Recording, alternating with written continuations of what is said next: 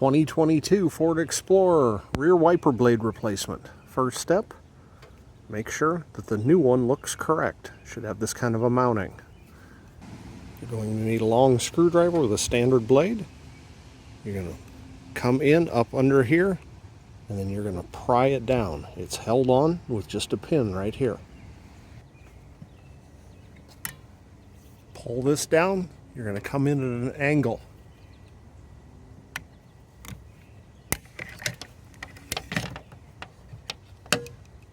And it comes right out. It's a fairly sharp angle up like this. The replacement has this guard on it. Make sure you remove that. This is going to go on a pin that's right about here. That's all there is to it.